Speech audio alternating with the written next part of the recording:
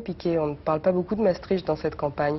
Est-ce que ce traité aurait eu moins d'effet qu'on ne l'avait annoncé? Non, surtout pas.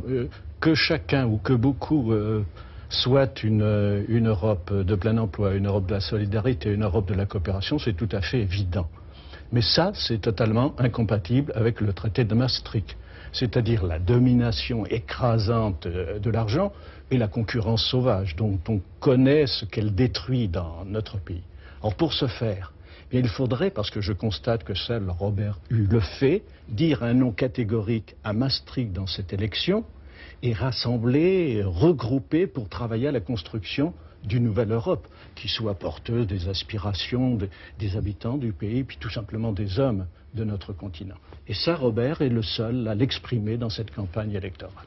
Robert Hue, quel rapport entre l'Europe et vos propositions pour la France? Il faut que les choses changent dans notre pays. La France a besoin d'une grande politique de l'emploi, des salaires, de la protection sociale, du logement, de l'éducation. Et René Piquet a raison, il faut choisir ou une politique de progrès social, ou alors c'est l'acceptation de la politique d'austérité et de chômage de Maastricht. On dit que c'est impossible aujourd'hui de remettre en cause Maastricht.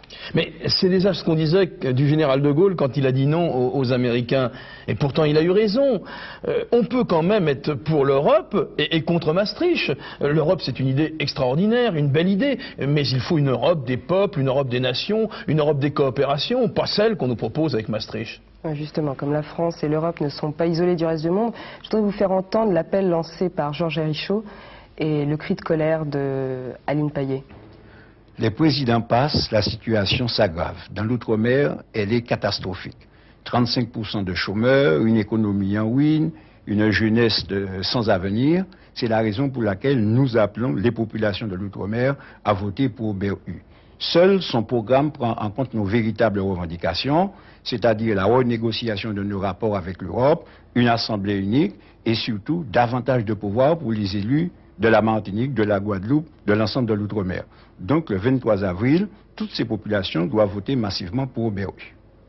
Pour ma part, je ne peux pas être heureuse dans un monde en pleine détresse. Je ne peux pas être heureuse dans une forteresse, et les communistes non plus, et c'est pour ça que je suis avec eux dans ce combat. Dans ce combat qui dit que c'est insupportable, que 3 millions d'enfants meurent de malnutrition chaque année, qu'1 milliard de personnes dans le monde vivent avec 5 francs par jour.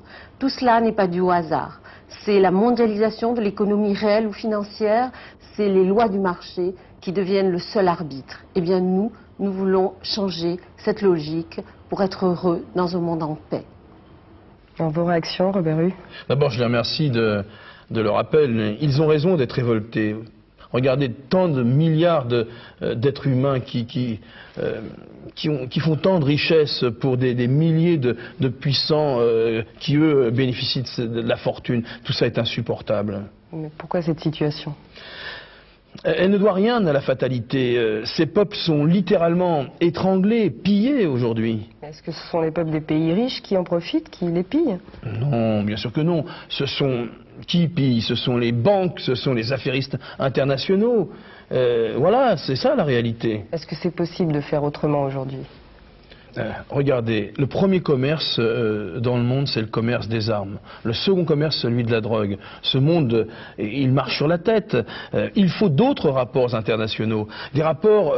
D'abord, il faut taxer les capitaux spéculatifs qui s'enrichissent de la misère du tiers-monde. Et puis le tiers-monde, il faut lui donner les moyens de développer sa propre économie de manière à ce qu'il puisse coopérer lui aussi, voyez-vous. C'est ça. Et vous pensez que la France, aujourd'hui, toute seule, là, elle peut peser sur ces rapports internationaux qui existent?